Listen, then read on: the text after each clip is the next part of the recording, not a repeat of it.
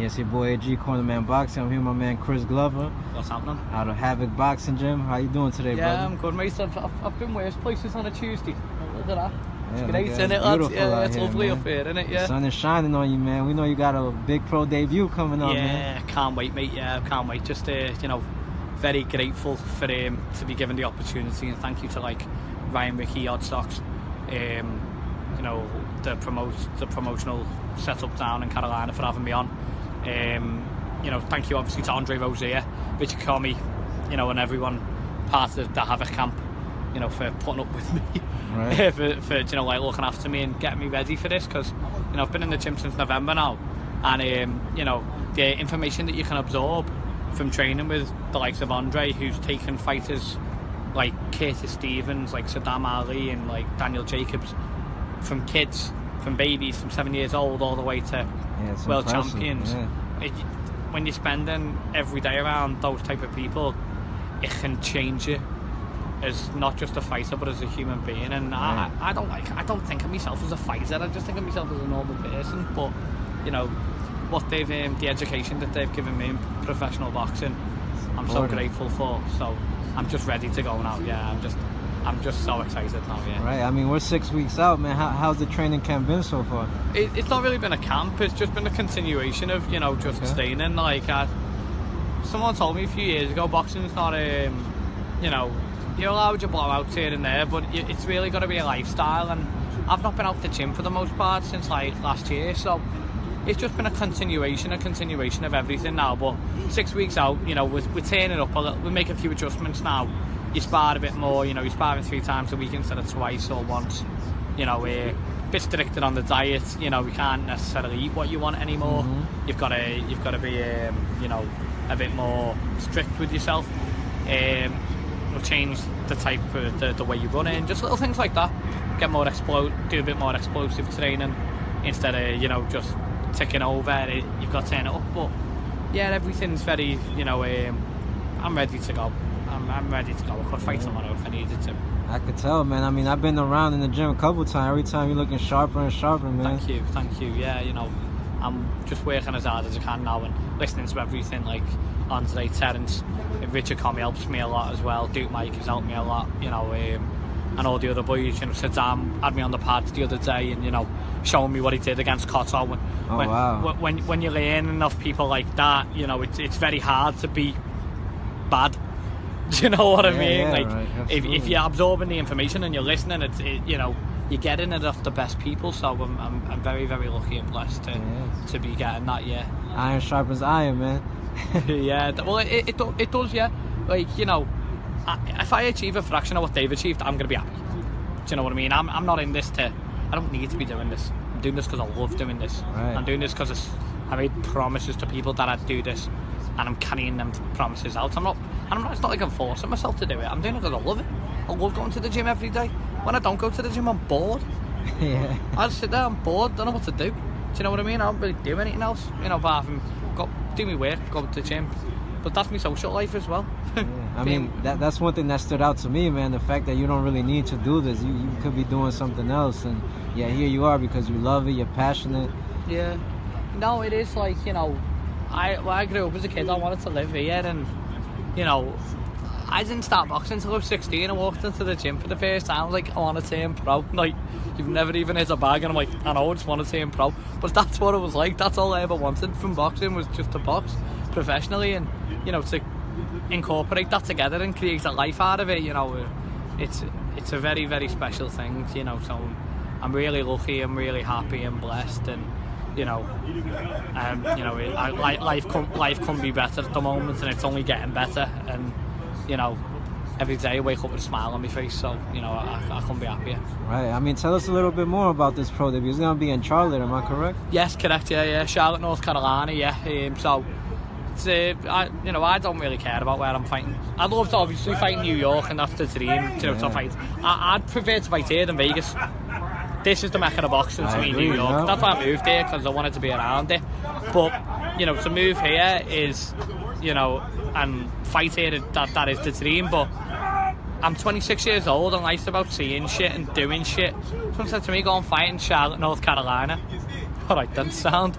Someone goes to me, go and fight away. Alright, sound. I don't care. As long as there's a ring and someone facing me, I'll go and have a fight anywhere. It doesn't really bother me. Right. You know, like, and I'm taking the experiences and the education from people like Richard Comey, who, you know, he was fighting bloody rainforest, you know, like in Ghana and mad places like that. You know, Curtis Stevens coming up fighting, you know, like police athletic leagues in like Brownsville and Coney Island. You know, so when you're taking, you know, like listening to their stories, and you're like, you know, it'd be nice to tell some stories of my own one day. And you know, so like, when someone says, "Will you go and fight in a nightclub in Carolina or something like that?" I'll be like, "Yeah, go on, it'd be funny." You know, so like I said, I'm just enjoying the ride, and I'm so happy, you know, and so blessed and grateful to be where I'm at. You know, and I said I'm very thankful to everyone, you know, for making that happen. What kind of message would you have for all your supporters, everybody that you know, we might even have some people coming overseas to come watch you, man? Yeah, I've actually got people coming to watch me, and I was really surprised. Like, people saying, where can we get tickets? And I'm like, I don't know. I was like, I don't know. I'm like, oh shit. You know, I've got people coming to watch me. And I was like, you know, I'm very grateful for them. And you know, like, people asking me about the opponent. I'm just gonna put it out there so I don't have to say it again. I literally don't know nothing about him. I don't care. It's not about him. It's about me displaying my skills and showing off what I've learned and what I've been learning for the past 9 months. And I know that's more than enough to get through what they're going to put in front of me. So I'm not really that bothered about that. From, you know, people who do support me, I wouldn't say I had fans, by the way. You know, the only fan now I've got in my house, and it blows cold air. You know, I've got supporters. You know, people support me, and I'm very grateful. I announced my fight yesterday, and I had sometimes about 500 messages of people, you know, messaging me, tweeting me, Instagramming me, and all that, just saying, like, you know, congratulations, good luck, and all that. And I'm very, very grateful to them. And you know, I couldn't, you know, some days, you know, when you can't be bothered getting up to train, you know, you do, because of people like that keeps you going. So you know, I'm grateful. And you know, you get the odd people who, you know, don't want you to do well in life, but I'm all about being the best you can be as a person. I'm not being the best I can be if I sit there and slate other people when I'm sat in my mum's box room stealing the neighbour's Wi-Fi.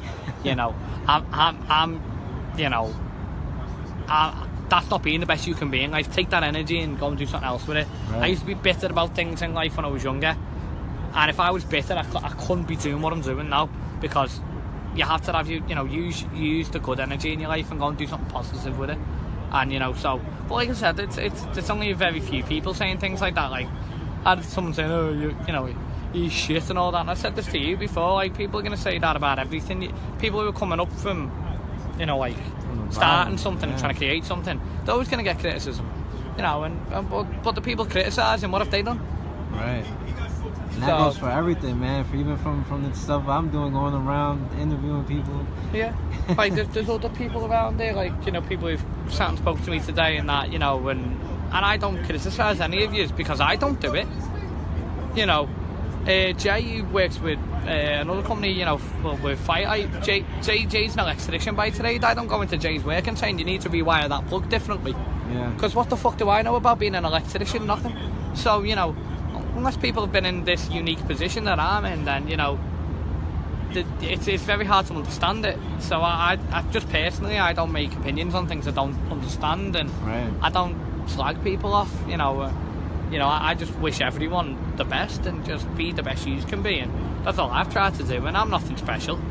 You know, I've got no natural talent. I've just worked hard, and if you get out what you put in life, and you're finding that out now, aren't you? You know, like, you work hard, and you know, with your videography and stuff like that, and you start getting in more places, start getting invited to more things, people start, you know, respecting you more, and that's all that life's about, mate. You know, just being the best you can be. So that's all it's about for me, Darren. You know, and obviously, you know, I said a long time ago I was doing this for the memory of my friend Bradley, and nothing's changed. I still am. This isn't about me. This fight is about Bradley, Brad Welsh, and you know, God bless him. And yeah, it's there's more to this than just me going 1-0, because it's just another fight. You know, like I said, I've got to make up for lost time that I wasted just messing around with the wrong people in the wrong places years back. But you know, but for the people who do support me, for everyone at home, for all the Everton supporters, which I love and I miss, you know, it's hard being away, seeing the first game of the season. It's hard being away. I wanted to be there with everyone so much, and you know, you can't, because you're sacrificing your life. I'm sacrificing my 20s for boxing, you know. So, you know, but I'm doing it for them. I'm doing it for them, just to, you know, because a lot of them believed in me when I was messing around and I was being an idiot years back. They're like, go and do something with yourself, Chris. You don't need to be, you know, going out partying, doing stupid shit all the time. Right, so yeah. I'm trying to repay the faith that people showed in me. People like my good friend Daniel Gonzalez, he showed so much faith in me over here, and it's about repaying them and just doing what, you know, doing what I believe I can do, and what people like Andre, you know, Terence and that, and Richard Comey and that in the gym, but they believe I can do. Because if they believe it, I'm going to take their opinion over anyone else's, because they're with me every day. Right, as you should, man. You know. I mean, is there any chance you can one day go back home and out there in the UK and fight, put on a show for them out there? I'd love to, eventually, yeah, but I want to just develop, and I want to take it step by step, you know. I'm not looking too far ahead.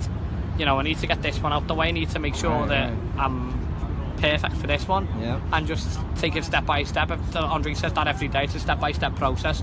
So, you know, I want to just step by step every day, you know, one step at a time, and then if an opportunity come up in the future, you know, to go home and do something, I'd love to do it. You know, I'd love to fight in Liverpool, even in the Olympia or somewhere in Liverpool. It'd be, you know, I've got no delusions of selling out a soccer stadium, football stadium. I'm never gonna do that, but I mean, but I'd love to fight, you know, in like the Olympian in front of, you know, my friends and that at home. I'd love to do something like that, but for now, you know, have gloves will travel. Just give me a date and I'll fight, and that's how I'm looking at it from now on. And like I said, thank you once again to Odd Socks, to Ryan Ricky and Michael Amu, you know, and everyone who's helped me get to where I'm at now. Yeah, so just one step at a time. Yeah.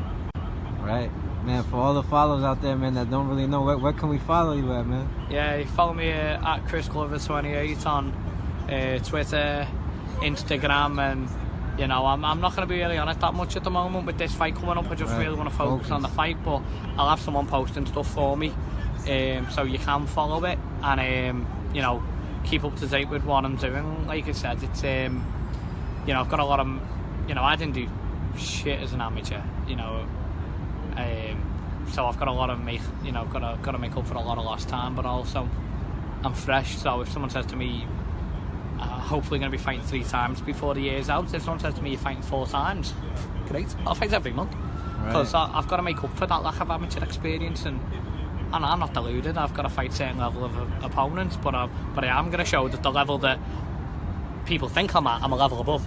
So that's what it's about. So yeah, just keep following at Chris Glover 28 and we'll get it all going. Right, and I mean, as you said, the amateur game is completely different from the pro game, and you're fresh, so you gotta look the positive side to it as well. Yeah, there are a lot of positives. See, I've only been learning a professional style. I haven't had to change everything at age 26. I've really learned from the grounds up, you know, and obviously, like, that's why I've not boxed for 9 months, because Andre did strip me down and say, like, look, you've got to do things that way, you know. So he changed everything about me, and it's worked. It's working. So like I said, I just can't wait to fight now. And I've just got to say a big thank you as well to me mate Larry Fryers, who's been giving me some great sparring, been learning so much, and Ryan O'Leary as well up in their gym in New Rochelle. They've been having me up there, and Larry's fighting at the Garden on the show we're at today with Heather Hardy and Amanda Serrano. He's on the undercard there, so you know, thank you to him. And you know, it's like I said, learning off these fighters who've done it. You know, like, you see some people who haven't done it making opinions. I listen to people who have done it, right, as you should, and take their opinions. And by listening to that, you know, I've been around the likes of Larry. You know, Larry boxed Callum Smith as a junior, as an amateur. Yeah, you know, an amazing fighter, Callum Smith. Yeah, I love Callum Smith. You know, he's a great fighter. And you know, Duke Micah went to the Olympics. Richard Comey, world champion. You know, Andre Rosier trained 7 world champions. When you listen to people like that, then you know, they're the people you need to be listening to. And this is the place. Like, look at that. Look at it. You know, it's beautiful out here today, man. You know, it's like destiny for you, man. Well, you know, maybe it is. You know, but I'm very lucky, blessed, grateful, whatever, to to be here. So that's what just I've got to take advantage of this and keep going and just keep pushing, keep being the best I can be, and just go from there. All right. Any final shout outs you want to give out to anybody, man? Nah, just like I said, I think I've covered everyone in there. But keep doing what you're doing, because like I said, you're one of the best up and coming, cornerman boxing. It's really becoming a mainstay in New York now. Everyone starts to recognise it, and it's great to see that, because I know how hard you've worked. So just shout out to yourself, really, cornerman boxing. For keep working hard and keep pushing and keep smashing through them glass ceilings and going as far as you can go. All right. Up to toffees. Oh wow, there you go, man. Yeah, thank you so much for the shout out and your time, man. All the information you've shared with us. It's an honor to be part of your journey, man. No problem at all. I'm just a normal lad, just trying to do something not normal, but that's what life's about. Life's about experiences. Paulie Malignaggi's told me that, and he's another one. Shout out to him. He helps me a lot as well. When you're around them people and they're giving you advice and they're talking to you every day, it makes this journey a whole lot easier to do. So I'm very lucky and very blessed, and thank you again for to everyone for helping me. All right. Well, when's the date exactly? 21st of September. Okay. Charlotte, North Carolina. All right. Home of Ric Flair. Woo, the nature boy. Yeah. No doubt, champ. Yeah. Thank you so much once again, brother. We look forward to your pro debut, man, and everybody go follow my guy, show support, because he's busting his ass to get to where he needs to be, man. Yeah, you've seen it yourself, so thank you very much. All right, thank you. Cheers, man. God bless. God bless.